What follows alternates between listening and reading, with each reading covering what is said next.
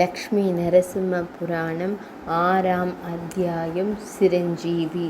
இவ்வாறு மரணத்தை வென்று மார்க்கண்டேயர் திரும்பி கடியாவிற்கு பயணம் செய்து இல்லம் திரும்பினார். பகவான் ஸ்ரீஹரியின் அருளால் மரணத்தை வென்று தெய்வீக பேரொளியை ஏற்க வந்த மகனை பார்த்த பெற்றோர்கள் அவரை கட்டி அணைத்து மகிழ்ச்சியில் மகனின் தலையில் முத்தம் பொழிந்தனர். அன்னையின் மகிழ்ச்சிக்கு அளவே இல்லை. நாற்காலியில் அமர்ந்திருந்த மைந்தனுக்கு எதிர்பக்கத்தில் அமர்ந்தாள் அன்னை. பிரகாசமான முகத்துடன், எங்கள் ஆசீர்வாதம் மரணத்தை வென்றது. இது போன்ற ஒரு கதை இதுவரை தேவ மனித இனத்தில் கேள்விப்பட்டதில்லை. எங்கள் வரம் அதை செய்தது. இது உலக வரலாற்றில் இல்லாதது என்று கூறப்படுகிறது.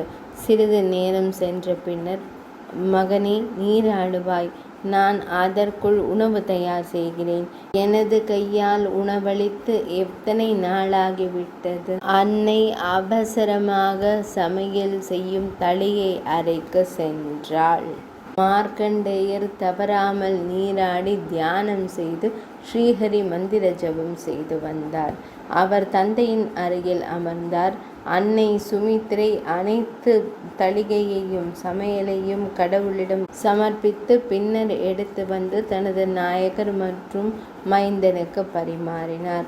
மார்க்கண்டேயர் இல்லத்தை விட்டு வெளியேறியது முதல் இல்லம் திரும்பியது வரை அனைத்தும் நடந்ததாக கூறினாள் அன்னை. தந்தை அதை கேட்டுக்கொண்டு இருக்கும்போதே, அதாவது செவிமடுத்து கொண்டு இருக்கும்போதே, எதிரில் இருந்த தர்பாசனத்தில் மெதுவாக அமர்ந்திருந்தார்.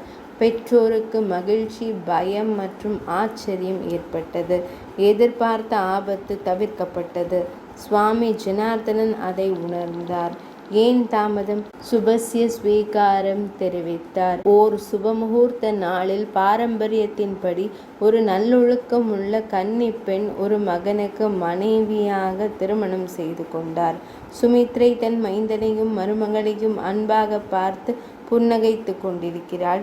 மார்க்கண்டேயர் ஒரு சாதாரண இல்லத்தரசரின் வாழ்க்கையை நடத்தி கொண்டிருந்தார். சில காலம் சென்றது. அவர்களுக்கு ஒரு மகன் பிறந்தான். குழந்தையின் பெயர் வேதசிரன். அவருக்கு உரிய நேரத்தில் சடங்குகளை செய்தார். அவர் வளர்ந்ததும் பிரயாகை திருத்தலத்திற்கு சென்று ஒரு ஆலமரத்தடியில் அமர்ந்து ஸ்ரீ மகாவிஷ்ணுவான பகவானை குறித்து கடுமையாக தவம் செய்தார். மரணத்தின் முகத்தில் இருந்து தன்னை காப்பாற்றி பகவான் ஸ்ரீ மகாவிஷ்ணுவை காண வேண்டும் என்று அவர் வலியுறுத்துகிறார். இதயத்தில் இருக்கும் கடவுளை இந்த விழிகளால் காண வேண்டும். ஒரு நாள் பக்தி கொண்டு பகவான் ஸ்ரீஹரியை துதித்தார். அப்போது ஒரு வார்த்தை கேட்டது. முனி, சர்வ தீர்த்தங்களில் நீராடி புருஷோத்தம கஷேத்திரத்தில் தேவியை வழிபட்டால் நன்றி உணர்வு. அதனால் மார்க்கண்டேயர் எழுந்து சர்வ தீர்த்தத்தில் மூழ்கி புருஷோத்தம கஷேத்திரமான புருஷோத்தம திருத்தலமான புரி திருத்தலத்தில் தங்கி பகவான் ஸ்ரீஹரிக்காக கடும் தவம் செய்தார். அங்கே ஸ்ரீஹரி தரிசனம் கிடைத்தது. பீதாம்பர புண்டரீகாட்ச சங்க சக்கர கதாபாணி புவன மோகன மனோகர புருஷோத்தம தேவர் ஆகியோர் தெய்வீக ஆபரணங்களை அணிந்து தோன்றிய போது மார்க்கண்டேயர் எழுந்து நின்று சாஷ்டாங்கமாக வீழ்ந்து அவரை மிகவும் பணிந்து வணங்கினார். அந்த புகழால் மகிழ்ந்த ஸ்ரீஹரி, மார்க்கண்டேயரே, உனது தவத்தால் நான் மகிழ்ச்சி அடைகிறேன். நான் உனக்கு ஒரு வரம் தருகிறேன். அதாவது, இறைவா, நான் தம்மை கண்டிருக்கிறேன். அதுவே யான் வேண்டும் வரம். இருப்பினும் தாங்கள் அதை கொடுப்பீர்கள் என்பதால் நான் கேட்கிறேன். தயை கூர்ந்து அதை வழங்குங்கள். என்றென்றும் உமக்கு சேவை செய்வதே என் தீர்மானம். எனவே அவர் என் மீது உறுதியான பக்தி கொண்டு எனக்கு சேவை செய்து மகிழ்ச்சியான வாழ்க்கையை கழிக்க அழியாத வாழ்க்கை என்ற வரங்களை நான் உனக்கு வழங்குகிறேன் என்றார். நல்லது, நீ முன்பு என்னை வணங்கி மரணத்தை வென்றாய். இப்போது நான் தமக்கு அழியாமையை வழங்குகிறேன் என்றார். இந்த புனித இடம் தமது நாமத்தினால் புகழ் பெற்றதாக இருக்கும். இதில் நீராடி என்னை உறுதியான பக்தியுடன் வழிபடுபவர்கள் அழியாதவர்கள் ஆகிறார்கள். தாங்கள் என்னை மீண்டும் திருப்பார்கடலில் யோக நிலையில் காண்பீர்கள் என்று கூறிக்கொண்டு ஸ்ரீ மகாவிஷ்ணு மகிழ்ச்சி அடைந்தார். பின்னர் மார்க்கண்டேய முனிவர் அங்கிருந்து வெளியேறி பகவான் ஜனார்த்தனரை புகழ்ந்து பாடினார். மேலும் அங்கும் இங்கும் முனிவர்களின் கூட்டங்களில் வேதங்கள், பழங்கால கதைகள் மற்றும் புராணங்களை கூறி உச்ச ஆனந்தத்தில் பகவான் ஸ்ரீஹரியின் நாமத்தை உச்சரித்தபடி பரமபுருஷ பகவானை மீண்டும் காணும் விருப்பத்துடன் திருப்பார்கடலுக்கு சென்றார். அரிதுயிலில் ஆண்ட பகவான் ஸ்ரீஹரியை கண்டார்.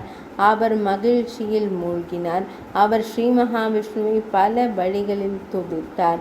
ஸ்ரீ மகாவிஷ்ணு அவரை அன்புடன் கண்டு, மார்க்கண்டேயா, என் மீது தாம் கொண்ட அசைக்க முடியாத பக்தியால் நான் மகிழ்ச்சி அடைகிறேன். தாம் விரும்பும் விடுதலையை நான் தமக்கு வழங்குகிறேன். என் பக்தர்களில் முதன்மையானவராக, அழியாதவராக நடந்து கொள்ளுங்கள். நீங்கள் விரும்பும் வரை நான் தொடர்ந்து தோன்றுவேன் என்று அவர் கூறினார். மார்க்கண்டேயர் மிகுந்த உற்சாகத்துடன் பகவான் ஸ்ரீஹரியை புகழ்ந்து இல்லம் திரும்பினார்.